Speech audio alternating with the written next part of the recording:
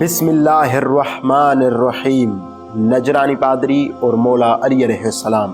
مولا علی علیہ السلام نے فرمایا کہ رسول اللہ نے مجھے 1000 باب علم کے عطا کیے اور ہر ایک باب سے میرے لیے 1000 باب علم کے نکلے۔ معزز ناظرین، یہ کوئی دعویٰ نہیں جو اس وقت تک ثابت نہ ہوا ہو۔ مولا علی علیہ السلام کے علم و عمل کی گواہی غیر مسلم بھی دیتے ہیں۔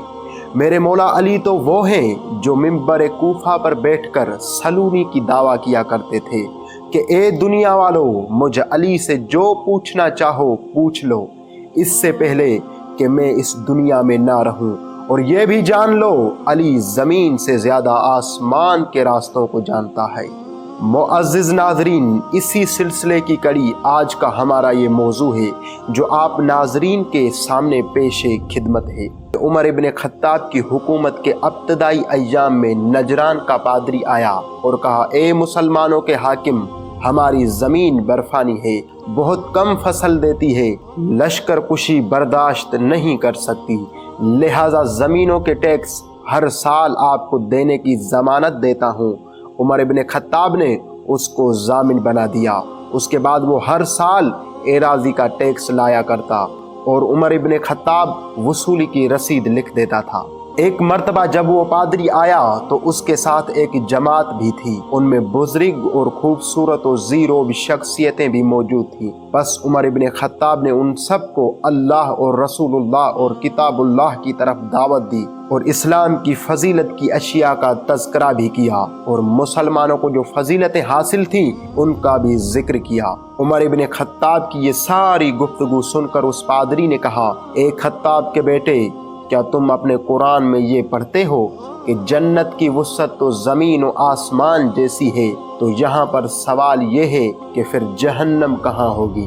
نجرانی پادری کا یہ سوال سن کر عمر ابن خطاب خاموش ہو گئے اور مولا علی علیہ السلام کو مخاطب ہو کر کہا، یا علی، اب آپ ہی اس سوال کا جواب دیں۔ تو اس وقت مولا علی علیہ السلام نے ارشاد فرمایا، اے پادری، میں اس سوال کا جواب دیتا ہوں، پہلے آپ مجھے یہ بتائیں، جب رات آتی ہے تو دن کہاں چلا جاتا ہے، اور جب دن آتا ہے تو رات کہاں چلی جاتی ہے؟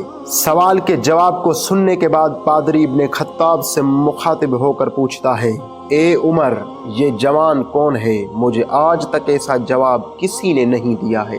ابن خطاب نے کہا، یہ داماد رسول اکرم علی ابن ابی طالب اور رسول کے چچا کے بیٹے اور حسن و حسین کے باپ ہیں۔ یہ سننے کے بعد اس پادری نے دوسرا سوال کیا کہ مجھے یہ بتاؤ کہ وہ کون سی زمین ہے جس پر سورج صرف ایک بار چمکا، نہ اس سے پہلے نہ اس کے بعد وہاں پر کبھی بھی چمکا؟ مولا علی علیہ السلام نے اس سوال کا جواب کچھ یوں ارشاد فرمایا، یہ وہ دریا ہے جو بنی اسرائیل کے لیے خشک ہوا تھا، اس وقت اس خشک زمین پر سورج پہلی بار چمکا اور اس کے بعد کبھی بھی نہیں چمکا۔ اس سوال کا جواب سننے کے بعد اس پادری نے تیسرا سوال پوچھا کہ وہ کون سی چیز ہے جو لوگوں کے ہاتھوں میں جنتی پھل کے مشابہ ہے؟ اس سوال کے جواب میں مولا علی علیہ السلام نے ارشاد فرمایا، وہ قرآن ہے جو تمام اہل دنیا کے پاس ہے اور تمام لوگ اس قرآن سے اپنی حاجات پوری کرتے ہیں اور اس سے کچھ بھی کم نہیں ہوتا۔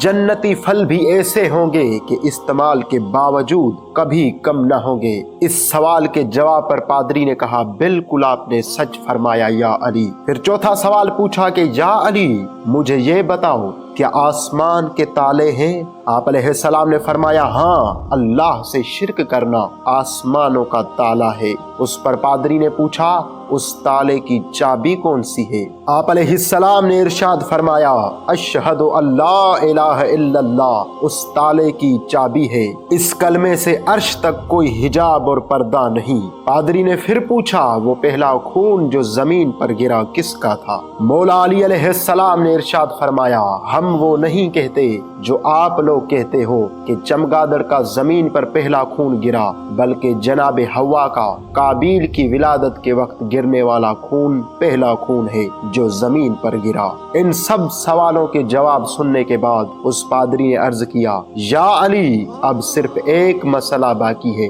جس کا جواب دو۔